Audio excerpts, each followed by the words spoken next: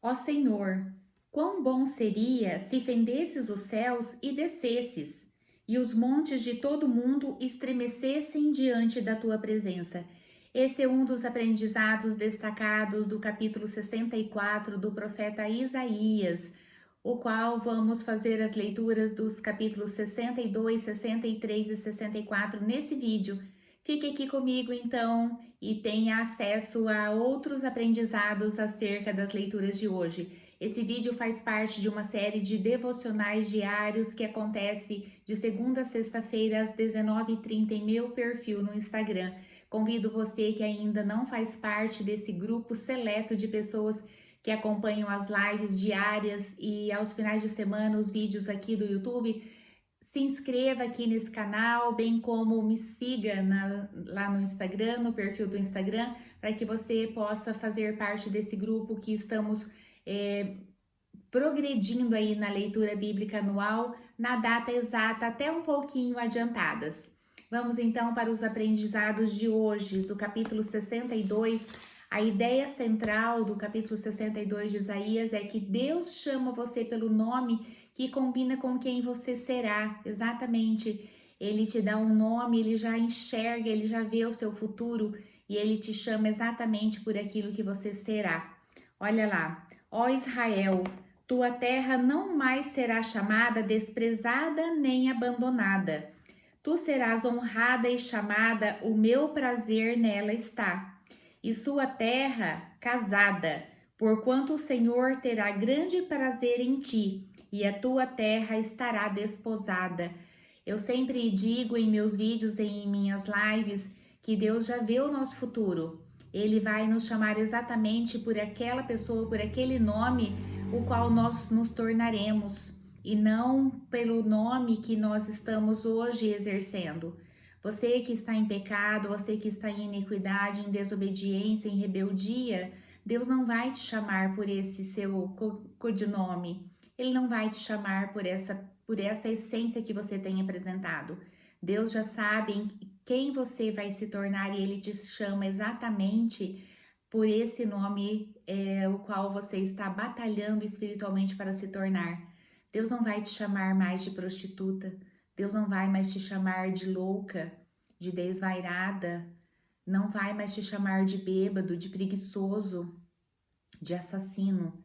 Deus vai te chamar exatamente pelo nome o qual você vai se tornar. Deus te chama minha filha, meu filho. Deus te chama reis, assim como aconteceu com Davi, que quando ele estava indo para a casa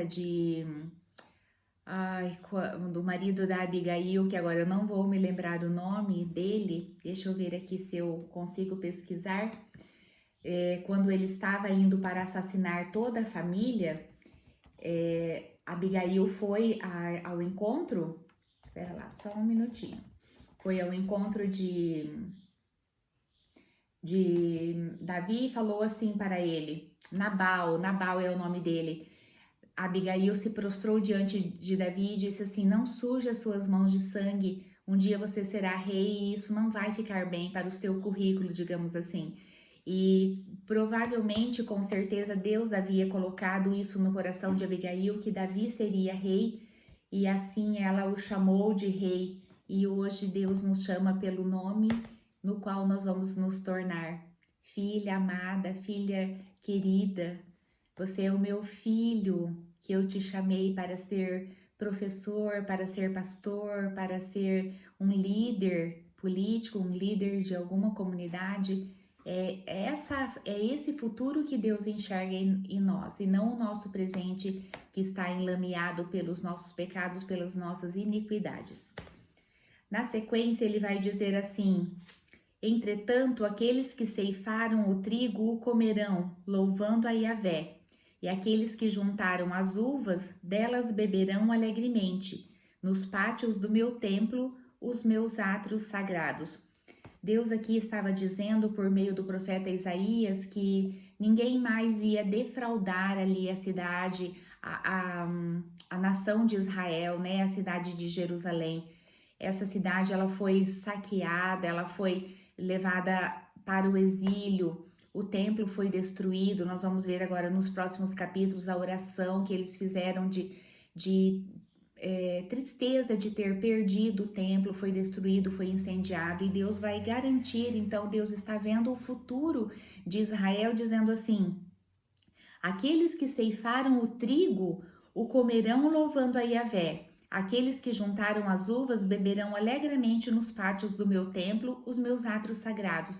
Quer dizer, vocês não vão mais precisar pagar tributos para outras nações, vocês não vão mais precisar pegar os seus cereais, as suas colheitas e dar como impostos. Vocês mesmos poderão usufruir dessas colheitas, usufruir desses bens que vocês estão adquirindo na própria terra. E por último ele diz assim: em verdade, Yahvé faz ouvir a sua voz até os confins da terra. Eis que o teu Salvador está chegando, eis com ele a sua recompensa e o seu galardão está seguro em sua mão. Quando Deus se propõe a salvar Israel, então ele vem dizer: o teu Salvador está chegando, não tenha medo, a tua recompensa está segura em minha mão. E assim ele diz para cada um de nós hoje também: não tenha medo, o teu futuro está seguro nas minhas mãos, a tua recompensa está comigo. Você mesma vai usufruir de tudo que você tem trabalhado. Não precisará mais ficar em dívidas, não precisará ficar mais em médicos, em remédios, com ajudas, né? Você não vai mais precisar procurar ajuda do governo. Tudo isso está implícito aqui nessa leitura. Como eu sempre digo, há sim o contexto literal que dizia respeito ao exílio, né, de Israel, a iniquidade, a idolatria que Israel estava praticando e que o juízo de Deus viria sobre ela, sobre a cidade e sobre a nação.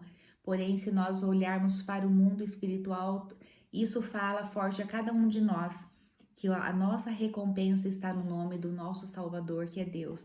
O nosso galardão está nas mãos desse Deus que nos salva, desse Deus que nos resgata, desse Deus que conhece o nosso futuro. E no capítulo 63 e 64 está então aquela oração de louvor ao Deus Salvador, que diz assim: agora, pois, hei de proclamar a bondade de Yahvé, falarei dos seus portentosos feitos e darei louvores por tudo que o Senhor fez por nós. Israel está se redimindo diante de Deus pela idolatria que cometeu, pelas iniquidades, por ter adorado deuses pagãos, e ele vai dando sequência. Foi Deus mesmo que sempre os acompanhou e conduziu nos tempos passados. Está falando aqui de quando Deus resgatou os israelitas do Egito, que conduziu até a terra de Canaã, a terra prometida.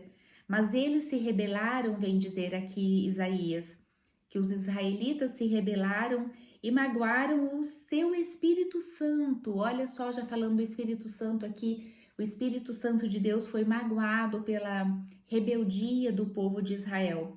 Foi então que ele teve que agir como inimigo deles e lutou pessoalmente contra eles. Deus então exerceu o seu juízo sobre a nação de Israel por conta da idolatria. Volta, Senhor, por compaixão aos teus servos e das tribos da tua herança. Tenha compaixão, aqui o profeta vem dizer, tenha compaixão dos teus servos. Por pouco tempo o teu povo santo possuiu o teu santo lugar. Logo em seguida, os nossos adversários pisotearam o seu templo. Ele vem dizer que foi pouco tempo de vitória, eles se sentiram vitoriosos durante pouco tempo. E assim que eles estavam com tudo, com o templo construído, totalmente ornamentado, ele diz assim: já entraram os adversários e pisotearam o seu templo. Ó Senhor, quão bom seria se fendesses os céus e descesses, e os montes de todo mundo estremecessem diante da tua presença. Olha só a oração aqui do profeta, o oráculo que Deus colocou na boca do profeta. Como seria bom se tu descesses. Ele está chamando, clamando pela presença de Deus. Desça e venha fazer a tua justiça. Por mais que nós tenhamos pecado, ele vem dizer: desde a antiguidade não se viu nem se percebeu, tampouco escutou-se comentários. nem olho algum sequer vislumbrou outro Deus além de ti. Ele vem dizer, não há outro Deus, volte, né? Venha, faça a sua justiça, nós não conhecemos outro Deus. Está implícito também, nós procuramos deuses pagãos, nós idolatramos, nós prostituímos com outros deuses, porém não há outro além de ti. Que age em favor daqueles que nele depositam a sua esperança. Vens, pois, socorrer aqueles que praticam a justiça, com alegria que se lembram de ti e de tuas orientações. Ele vem e pede que Deus possa, então, vir em favor de todos aqueles que estão pedindo pela tua presença, em quem colocam a sua esperança, lembrando que não foi toda a nação que se idolatrou, né, que se prostituiu com outros deuses. Haviam pessoas ali que continuaram fiéis a Deus, que continuaram nos preceitos de Deus, obedecendo aos seus mandamentos, porém, na grande maioria do povo, houve esse desvio de conduta, esse desvio para outros deuses, e Deus permitiu que eles fossem levados cativos pela Babilônia, para que eles sentissem, então, a pesada mão de Deus sobre eles. E Deus vem dizer, eu fiquei irado, eu fiquei indignado com esse povo e eu permiti que ele fosse levado cativo. Nós vimos anteriormente, nos capítulos anteriores a esses, o próprio profeta Isaías dizendo que Deus se sentiu dessa maneira. Ele se sentiu irado e ele permitiu que o povo fosse levado para terras estrangeiras. Na sequência, o profeta diz, perdemos o viço e murchamos como folhas que morrem. É assim que nós ficamos sem Deus. É assim que o nosso espírito se sente longe de Deus. É assim que o nosso corpo físico também se sente. Quando não há um Deus que nos conduz, o Deus verdadeiro, o Deus único, o Deus Salvador, Ele que é a nossa luz. Perdemos o viço e murchamos como folhas que morrem. E como o vento, as nossas próprias iniquidades nos empurram para longe. Olha só como o profeta compara aqui os nossos pecados, as nossas iniquidades, como o vento que carrega folhas secas para longe de tudo, assim também os nossos pecados, as nossas iniquidades nos carregam para longe de Deus. Por isso que perdemos o vício, por isso que estamos morrendo, por isso que a humanidade está do jeito que está. Falta de Deus, falta de se alimentar do verdadeiro pão, da verdadeira palavra, de beber da água pura, de beber dessa água que nunca mais nós teremos sede. É por isso que muitos estão morrendo, que nações inteiras estão perecendo por falta do amor de Deus, por falta desse vício que só Deus nos traz. E eu digo também sempre, né, que o nosso interior, o nosso peito, o nosso coração, há um vazio que exatamente é preenchido por Deus e que nesse vazio nenhum outro ser, nada vai preencher, porque é o lugar que o nosso Criador deixou para Ele mesmo ocupar.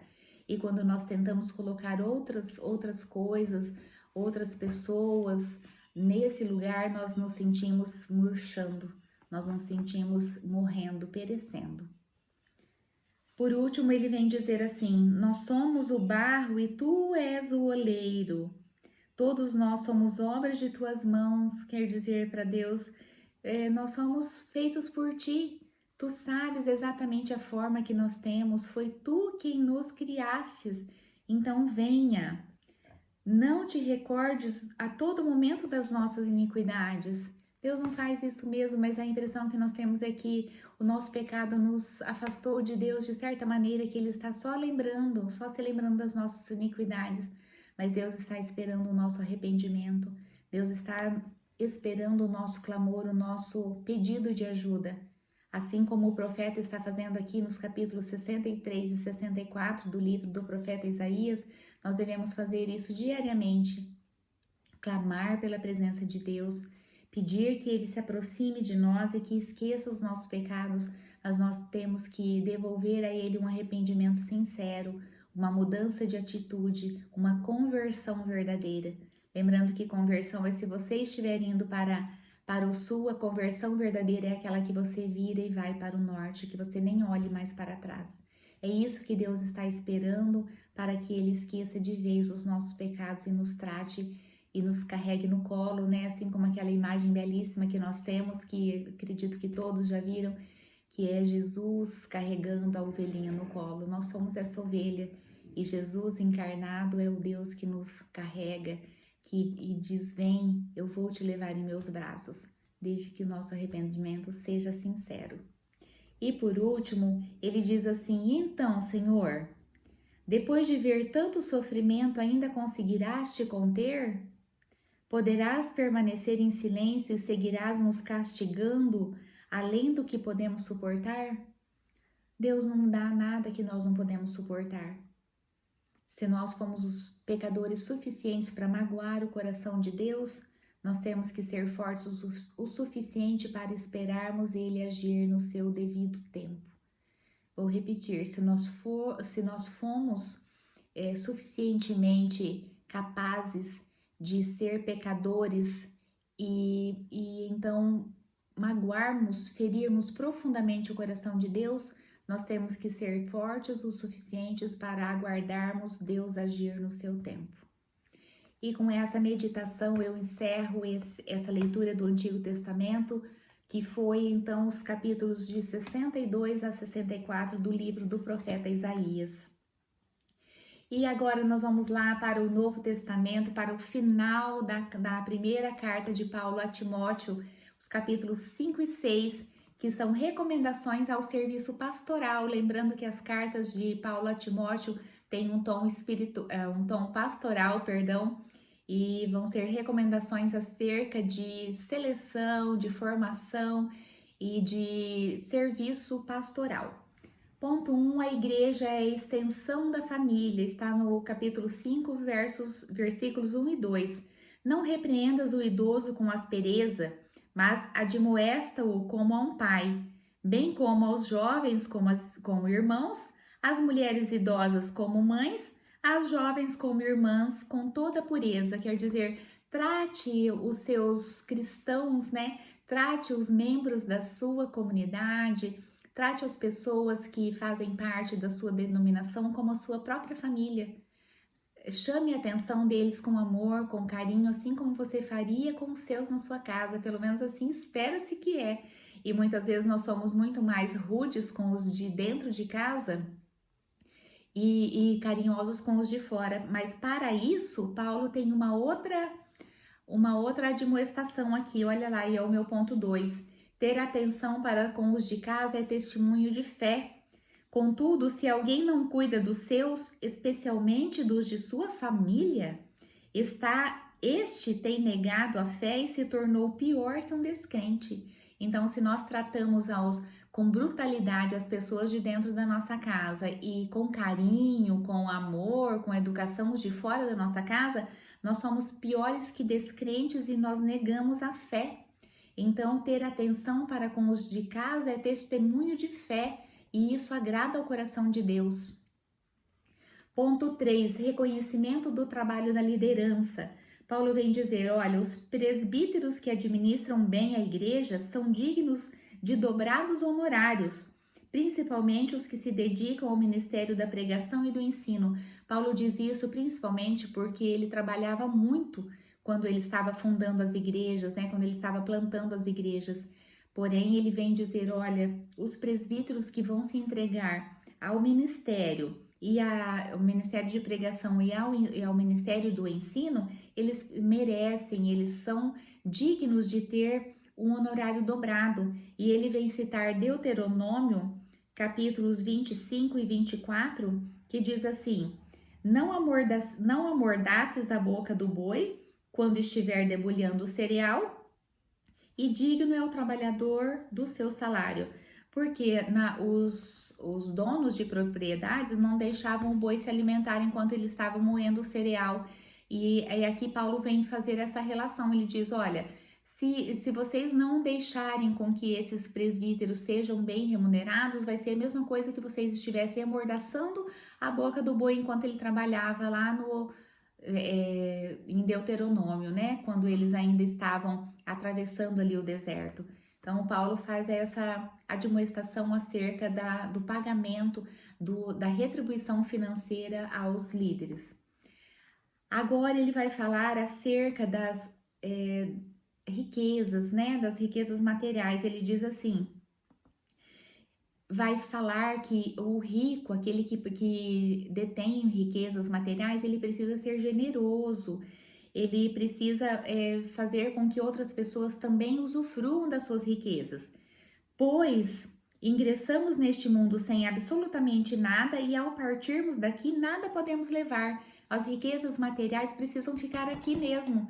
Se você não dá conta de gastar as suas riquezas, você pode dar para outras pessoas, né? Retribuir, ser generoso para que outras pessoas também usufruam, porque nós não vamos levar nada material daqui. Os bens materiais são só para ser gastos aqui e não em outro lugar. Porquanto o amor ao dinheiro é a raiz de todos os males, e por causa dessa cobiça, alguns se desviaram da fé e se atormentaram em meio a muitos sofrimentos. Quer dizer, olha, não é pecado ter dinheiro, não é pecado ser rico, não é pecado você batalhar, você ter ambição. Ambição é diferente de ganância. Ganância é você só amar o dinheiro, é você querer o dinheiro só para enriquecer a si mesmo. Agora, ambição é você querer sempre mais. Eu posso ter mais para eu ajudar mais pessoas, eu posso ter mais para eu plantar algum projeto que possa, então, ser bênção na vida de outras pessoas.